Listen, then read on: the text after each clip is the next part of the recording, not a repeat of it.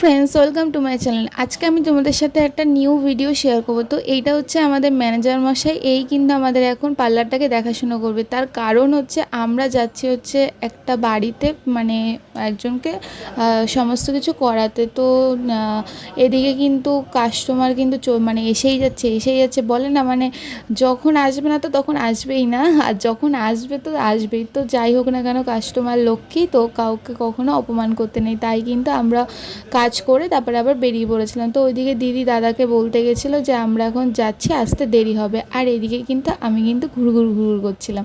তো যাই হোক, তারপরে কিন্তু আমরা টোটোতে উঠে পড়েছিলাম। তো বেশি একটা দূরে না, একদমই কাছে, মানে পরের গলিতেই ছিল বাড়ি। বাট যেহেতু আমাদের ব্যাগে অনেক কিছু ছিল, তাই আমরা হাঁটতে পারবো না বলেই কিন্তু আমরা টোটো করে এসেছিলাম।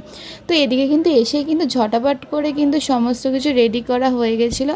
আর আমি কিন্তু বসে পড়েছিলাম এই ভ্যাকসিন নিয়ে। আর দিদি কিন্তু আমাদেরকে খাবার দিয়েছিল, মানে এই কাকিটা। আর অ্যাকচুয়ালি কাকিটা শুয়ে করছে, কারণ মানে দেখে আশা করি বুঝতে পারছে যে মানে দিদিটার প্রেগনেন্ট। তো বৃহস্পতিবার দিন ডেলিভারি, তাই কিন্তু একটুখানি রূপচর্চা করছিল। বলে সবারই তো একটুখানি ইচ্ছা হয় না রূপচর্চা করতে।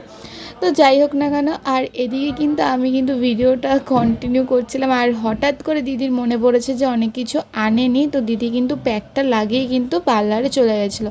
তো তারপরে কিন্তু আমি আবার এটাকে গরম করতে বসে পড়েছিলাম, কারণ জানোই তো মানে একটুখানি গেলেই ওটা জমাট বেঁধে যায়।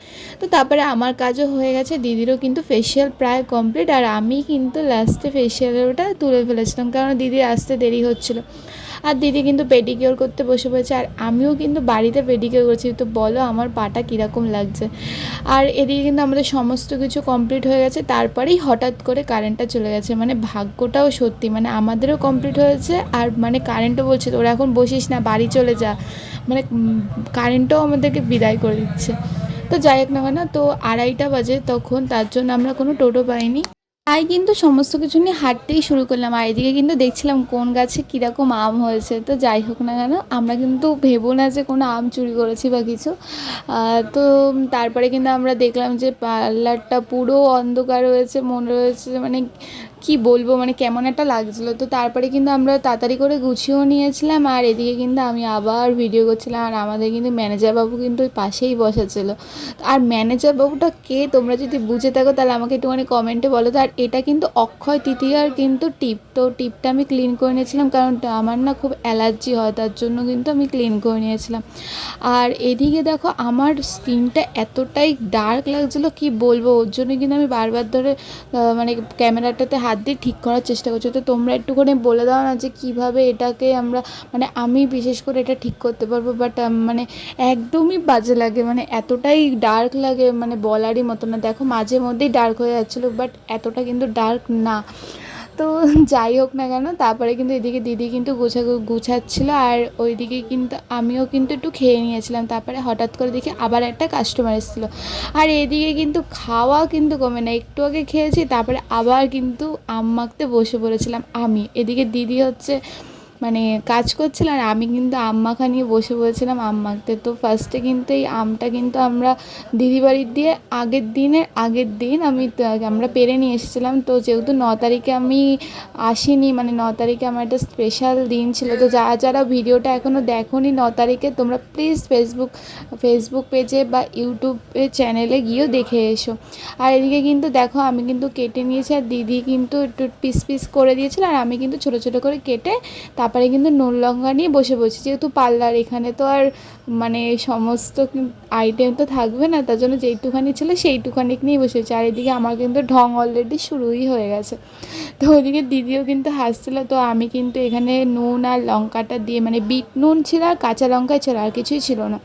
তো ভালো করে কিন্তু ওটাকে চটকে মেখে নিয়েছিলাম, মানে অপূর্ব খেতে লাগছিলো। মানে আম বলে কথা, মানে যেইটুখানি একটু নুন মিষ্টি হলেই হবে। আর একটুখানি হালকা চিনি দিয়েছিলাম। আর এটা কিন্তু আমার জন্য নিচ্ছিলাম, আর এটা কিন্তু দিদির জন্যই বেড়েছিলাম। তো মানে খেতে জাস্ট অসাম ছিল। আর ভালো লেগে থাকলে লাইক, কমেন্ট, শেয়ার আর সাবস্ক্রাইব করতে কিন্তু একদমই ভুলে যেও না তোমরা। তো এদিকে কিন্তু আমি আম খেতে কিন্তু ব্যস্ত। আর আমি যে এখন ভিডিওটা যে এডিট করছি, এখনই আমার লোভ লাগছিলো দেখে। তো মানে জাস্ট ওয়াও লাগছিল। আর আমটা জাস্ট হেভি ছিল, মানে টক মিষ্টি আম ছিল, খুবই ভালো ছিল আমটা।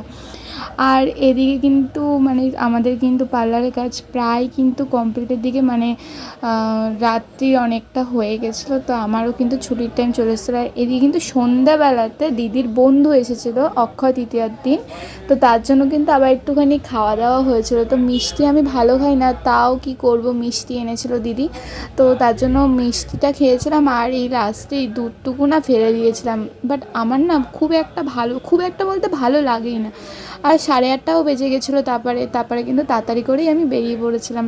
তো ওই দেখো দিদি আসছে, আর এদিকে কিন্তু অক্ষয় তৃতীয়াতে ভালোই কিন্তু আয়োজন হয়েছিল এক একটা মানে দোকানে।